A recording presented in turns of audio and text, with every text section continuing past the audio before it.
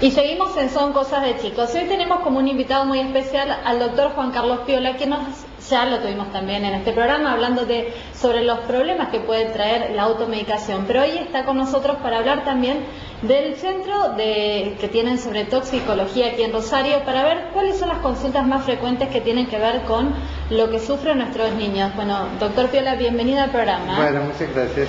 Bueno, ¿cuáles son esas consultas más frecuentes que ustedes reciben en el centro? Nosotros tenemos una caracterización que se llaman intoxicaciones no intencionales. Como la mayoría ocurre en el hogar, le agregamos el término hogareña, que es una manera de reemplazar el término accidente, que para nosotros es un término mal empleado, o sea, no es una idea nuestra, sino es una idea de mucha gente, porque la definición de accidente como hecho imprevisto e inesperado, habitualmente con mal pronóstico, hace que no se pueda tener conciencia de todo lo que sucede en estos eventos. Por ejemplo, un chico que toma querosén es porque el querosén no tiene un envase único o propio característico, entonces puede estar en una botella de gaseosa. En ese momento la mamá está descuidada y entonces el chico tiene sed, como por ejemplo en estos días, y entonces va y toma y eso tenía una serie de pasos o eslabones que podían haberse cortado. Lo que nosotros llamábamos accidentes, las llamamos intoxicaciones no intencionales hogareñas y son la causa más frecuente, especialmente en chicos. Casi el 90% de estos episodios suceden en chicos menores de 10 años. Chicos chiquitos además. Especialmente de 1 a 3 años, cuando empiezan a deambular, a tocar todo, a llevarse toda la boca. Claro. La definición de frecuencia pasa por lo que hay en el hogar comúnmente. Por ejemplo, con la época del año, me imagino. Y con la época del año, exactamente. Por ejemplo, estamos en la época de los alacranes. Empezamos a notar cada vez mayor cantidad. Nosotros hablamos de mayor incidencia y mayor gravedad. Hace unos días tuvimos un cuadro en una nena de 9 años, gravísimo, que afortunadamente terminó bien. ¿Qué tenemos que pensar, qué tenemos que ver para prevenir que esto no ocurra cuando se trata de alacranes? Bien, es difícil, digamos, porque son ciudadanos de Rosario como nosotros, están en todos lados. Antes se decía que estaban en los escombros o en los lugares así un poco alejados. En este momento son habitantes de la ciudad que se alimentan de cucarachas, y si donde hay cucarachas hay alacranes, o sea, en todos lados. Nosotros tenemos consultas de un 10º piso, un piso 15, o sea, que ni siquiera el estar en un edificio de departamento da una cierta tranquilidad. Y lo único bueno de estos bichos es que no colonizan los hogares, no es como con las cucarachas que si uno se descuida se le viene a vivir toda la parentela dentro. Estos únicamente están cazando en el hogar, entonces no tiene mucho sentido fumigar o hacer, porque casi nunca se los encuentra. Después de una fumigación a lo mejor aparece uno de casualidad que andaba por ahí.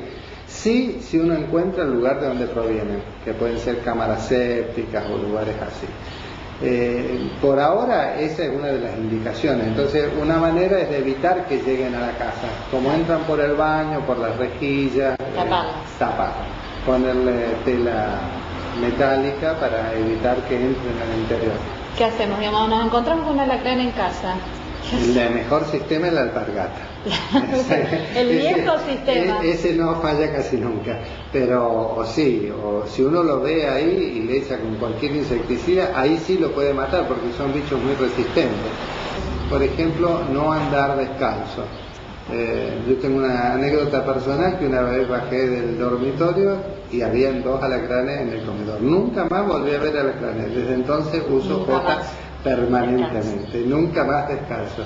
Y el otro que es muy común, que sucedió en esta nenita que les comentaba que estuvo muy mal, es al calzarse, que el bicho está dentro del calzado, de la zapatilla, en este caso eran patines, y entonces al poner el pie, el animal pica, porque en general tampoco les interesa picar a los humanos.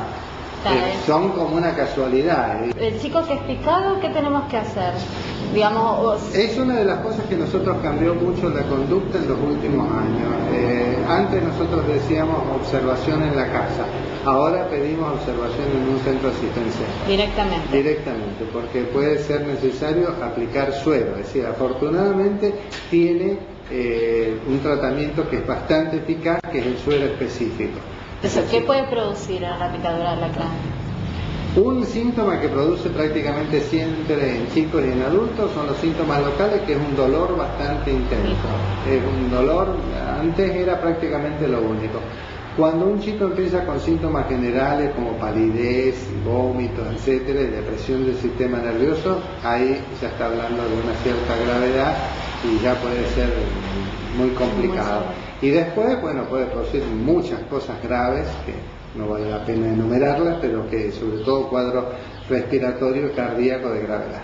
Bueno, hoy tenemos este tema, pero son también otras las consultas que ustedes reciban, ¿no? Los tres grupos importantes son productos del hogar, plaguicidas hogareños y el tercer grupo son medicamentos. Esos son los tres más o menos que reparten el 90% de las intoxicaciones. Y en todo caso, lo mismo es el tema de prevención, no dejar los medicamentos al alcance de los niños. Exactamente, y sobre todo hay medicamentos y medicamentos. Hay algunos medicamentos como todo lo que viene en gota es mucho más concentrado y pueden producir cuadros graves, por ejemplo las famosas gotas nasales que contienen la fasolina en un bebé pueden producir cuadros graves que los lleva a terapia, a lo mejor porque esté jugando con el envase, o sea que es algo como exagerado, digamos eso. Y justamente es bastante común, nosotros tenemos muchos episodios que está en la cartera de la mamá.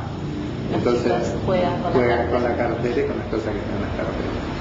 De los medicamentos yo le diría que uno de los más frecuentes, que afortunadamente es de poca toxicidad, son los anticonceptivos orales de la mamá. Y sustancias de productos hogareños, productos limpiadores, son muy comunes. Y ante estas situaciones, por ejemplo, que un chico toma algo de esto, ¿qué hay que hacer? ¿Qué es lo que tiene que hacer un padre?